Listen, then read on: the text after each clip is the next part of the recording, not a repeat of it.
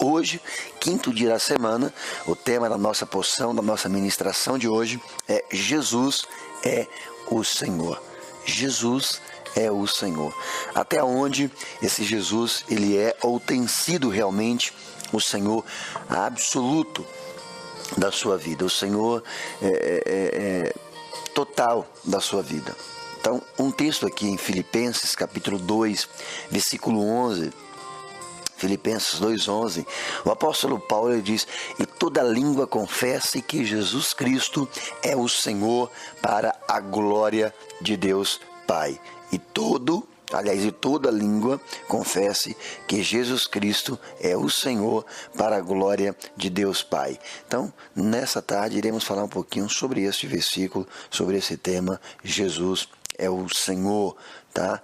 E você pode, de uma forma tranquila, receber esta porção na tarde de hoje. Queridos, no passado, a palavra Senhor, naturalmente, só era utilizada de forma natural em relacionamentos.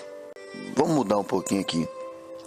Na verdade, nos dias de hoje, nós utilizamos a palavra Senhor apenas em nossos relacionamentos, com pessoas cotidianas.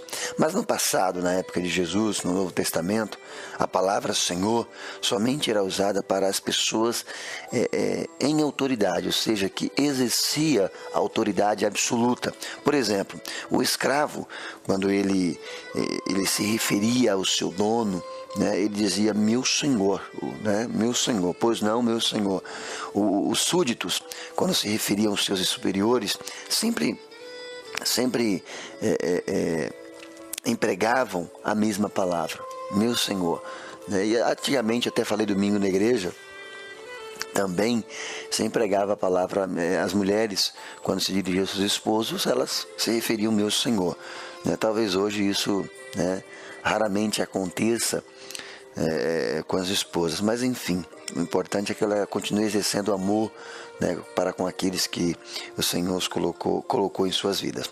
A Bíblia, quando ela afirma que Jesus Cristo é o Senhor, torna aqui implícito que Ele tem toda, absoluta autoridade e é dono de nossas vidas.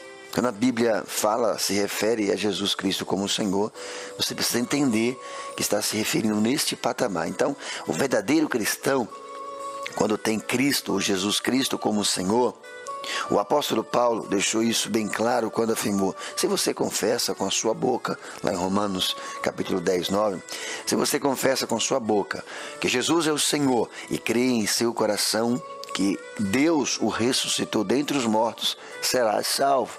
Se você crer e confessar que Ele é o Senhor, tá? E receber como teu Salvador. Observe que a pessoa salva, ela tem Cristo como Senhor. Ela declara: Cristo é o meu Senhor absoluto. A Bíblia explica também que Jesus é o Senhor porque comprou a nossa vida. E se Ele é o Senhor, nós somos seus escravos. Nós pertencemos a Ele. Lá em 1 Coríntios, capítulo 7, 22 e 23, diz: pois aquele que, sendo escravo, foi chamado pelo Senhor, é liberto e pertence ao Senhor. Semelhantemente, aquele que era livre quando foi chamado, é escravo de Cristo. Agora, pertence a Cristo. Se Ele comprou e é dono e pode fazer o que quiser conosco, e nós somos escravos, devemos então obedecê-lo em tudo. Em outras palavras, devemos obedecer a Cristo incondicionalmente. De maneira evidente, também somos contra a escravatura humana, pelo fato das pessoas explorarem as outras e as utilizarem como uma ferramenta de trabalho, oprimindo e também abusando destas pessoas tão sofridas. Mas a ilustração bíblica aqui é muito clara, é muito boa, no sentido de que Jesus é o dono das nossas vidas e que nós devemos servi-lo incondicionalmente. Infelizmente, queridos, alguns movimentos religiosos hoje afirmam o contrário. Ensinam que Deus vai fazer tudo o que nós pedimos. E isso é mentira. A Bíblia diz lá em Jeremias que Deus é o oleiro e nós somos o barro. E isso é um fato, porque de acordo com os relatos bíblicos, eu e você, nós viemos do pó. né? Nós viemos do pó e para o pó retornaremos, né? E para o pó retornaremos. Então, essa questão em que alguns segmentos religiosos, eles ensinam que não nós podemos pedir tudo ao Senhor. Isso desculpa que a minha sinceridade muitas vezes é conversa para boi dormir. Eu posso pedir ao Senhor, eu devo pedir ao Senhor. O problema é quando eu começo a determinar e achar que me colocar na posição de Deus e Deus na minha posição. Deus vira súdito e eu viro, né, o Senhor absoluto, e isso é um equívoco, é um erro assim desastroso, né? Enfim, mas aqui eu quero que você entenda que Deus é Senhor e eu e você, nós somos seus súditos, somos servos e também filhos. Outrora nós o aceitamos como nosso Salvador, a pessoa de Jesus Cristo. Mas essa ilustração aqui é muito poderosa, queridos, muito, muito poderosa. Então cuidado com esses segmentos religiosos, essas pessoas que de maneira muito bonita traz uma mensagem de que eu e você devemos tão somente pedir, exigir que Deus tome providência de algumas coisas, quando na verdade cabe mais a nós do que, né, qualquer outra pessoa, muito menos Deus realizar em nosso lugar. Esses segmentos ensinam que Deus vai fazer tudo o que nós pedirmos, e alguns se atrevem a dizer que podemos dar ordens a Deus. Tem sim a impressão de que Deus é quem nos deve servir. E isso é mentira do diabo.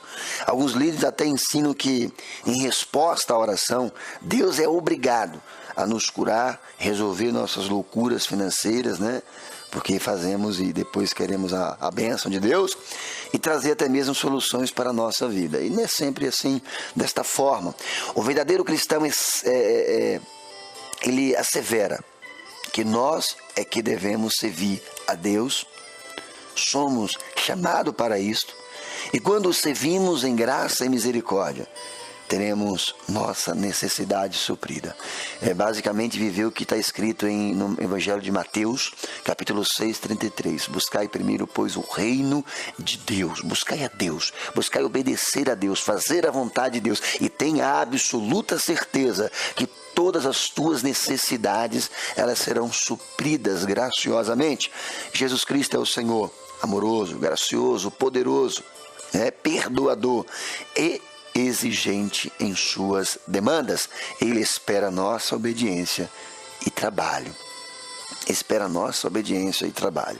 Uma sugestão para que você possa orar a Deus: confesse ao Senhor Jesus que somente Ele é o Senhor da sua vida. Confesse a Ele que somente Ele é o Senhor da sua vida.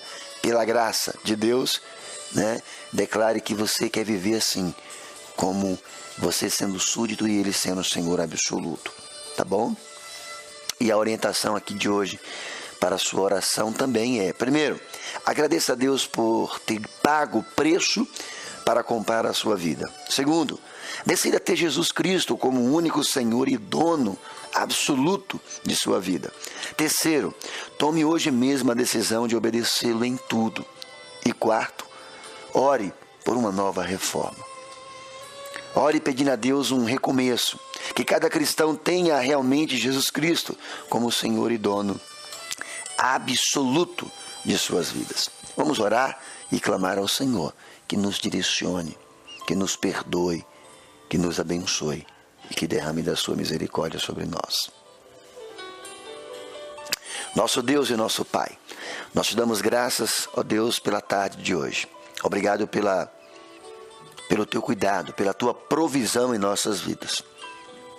Obrigado, Senhor, porque podemos entender que quando nós obedecemos ao Senhor incondicionalmente, quando nós temos, Senhor, como nosso Senhor absoluto, grandes coisas tremendas começam a acontecer em nossas vidas, porque começamos a dar ensinamentos, começamos principalmente a ensinar os de casa o que é ser súdito, o que é ser obediente a um Senhor absoluto. E nós rogamos para que teu Espírito Santo dê liberalidade a todas as pessoas que me ouvem nesta tarde, para que as mesmas possam entender, mas não somente entender, colocar em prática esse relacionamento